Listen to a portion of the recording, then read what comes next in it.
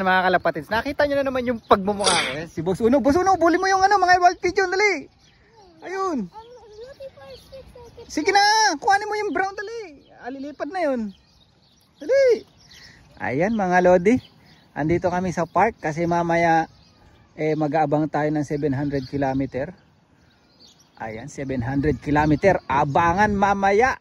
Andito kami sa park dahil papagurin natin si Boss Uno.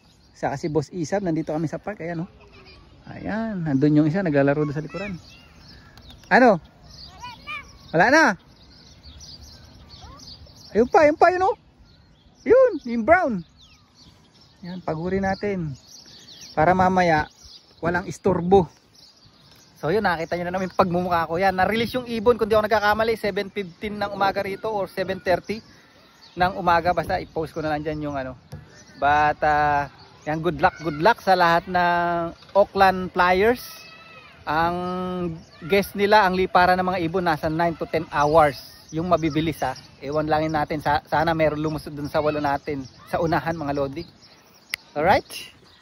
Good luck. Yan na, 700 km. Wala pa. Dito pa lang tayo sa bahay mga lodi. Ano. Doon tayo mamaya, mag-uupo tayo doon. Mag-ibaabang tayo. But ito na, ang clock natin. Ayan, Unulop Race Active 2:45 na ng hapon dito sa New Zealand mga lodi. Yung antena, yung pinaka-importante mga lodi.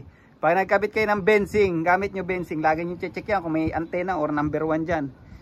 Pag yan 0-0, kahit na dumating yung ibon yun, hindi magka-clock kasi hindi nakakonekta dun sa ano, sa kanyang pad. But anyway, how?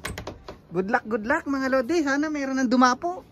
Buenasin sana ang ating pad. Ayan. 8 ang hantay natin mga lodi. Ayan si Boss Arnold. Doon tayo mag-abang mamaya sa kabila. Alright. Ayan, oh. Ayan, oh. Pag dito ang ibon lumabas, alam na. Medyo lamang na tayo sa hulihan. Pero pag dito, ayan, ito, wag lalabas ang ibon natin tong side na to. Ayan, dapat ang ibon natin dito banda lumabas. Yan, dyan. At anyway, yan, ganda ng spot dito. Oh. Lilim mga lodi. Merong upuan. Oh. Ayan, oh. Yun, oh, kala ko atin na yun, oh. Yun, oh, kala ko atin na. Wild pigeon pala mga lodi. Presko.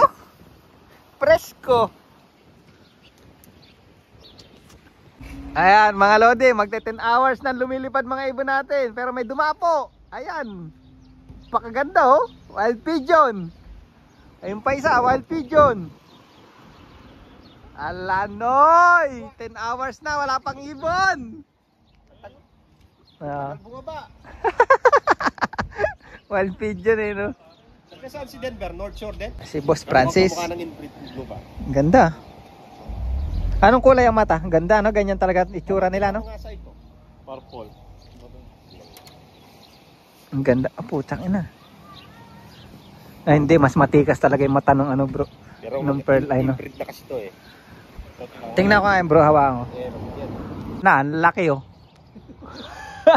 Itik. Ayun, oh. Dumapo yata. Alanoy! Ilang oras na? 11 hours and 5 minutes. 11 hours, 5 minutes na lumilipad ibon natin from 700 km mga lodi, oh. Mga before 8 o 8 pasilim na rito, yan yung araw, oh. Nako po, makadalawa lang yung kompletong teams, okay na. Ayan mga lodi, wala nang araw, pasilim na. Mag-aalas 8 na ng gabi rito. Ayan, 7:48 na ng gabi. Race active, wala tayong paklak pa mga lodi. Sayang electrolyte natin, oh. Wala no, pero maliwanag pa. Isang ibon lang sa taas, okay na. Sige na Lord, isa lang. Ayan mga lodi, napwesto ko na yata lahat ng pwesto dito sa sulok ng loop ko mga lodi. Yan, oh. Mayroon lang dumungaw na isa dyan. Wala na, padilim na mga lodi, oh. Mag-aalas 8 na ng gabi rito. Ayan. Padilim na at sana mayroong isa man lang leeg na lumusot dyan sa natin, alulod natin na yan. Pucha, oh. Please lang Lord, isa lang. Okay na. Ayan, ang linis ng loop natin mga lode. Walang kaibon-ibon. Sa 700 kilometer. Ano ba yan? Gulong si Uno Loop. Ayan, oh. 8 ang kinarga natin. 0-0 mga lode. Alas 10:40 na ng gabi rito mga lode. But ayan, gabing-gabi na. At may buwan pa nga rin mga lodi. Kaya lang sinaksak ko pa rin to. Baka hindi natin masabi. Baka may night flyer tayo. But anyway, second day. Ayan, ganyan talaga ang buhay mga lodi. Congrats sa mga nakapagpa-daybird mga lodi. Pero hard race ngayon kasi talagang nag-message din ako. Ayoko sana mag-message pero nag-message ako doon sa mga ibang kasama nating nag-iibon dito. Yung iba 10 yung kinarga, isa lang ang nag-clock. Yung iba parang mga lagpas 15 ang kinarga, isa lang nag-clock. Sa atin mga lodi, bokya. But anyway, bukas.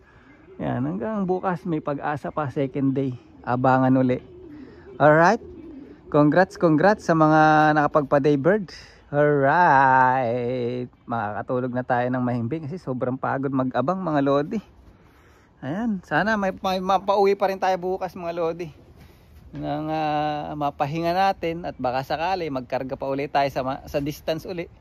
Or gawin muna natin breeder kasi wala pa ako nabibreed mga lodi para next year. So mas mabuting mag-prepare tayo para next year. Gulong uli. Bye.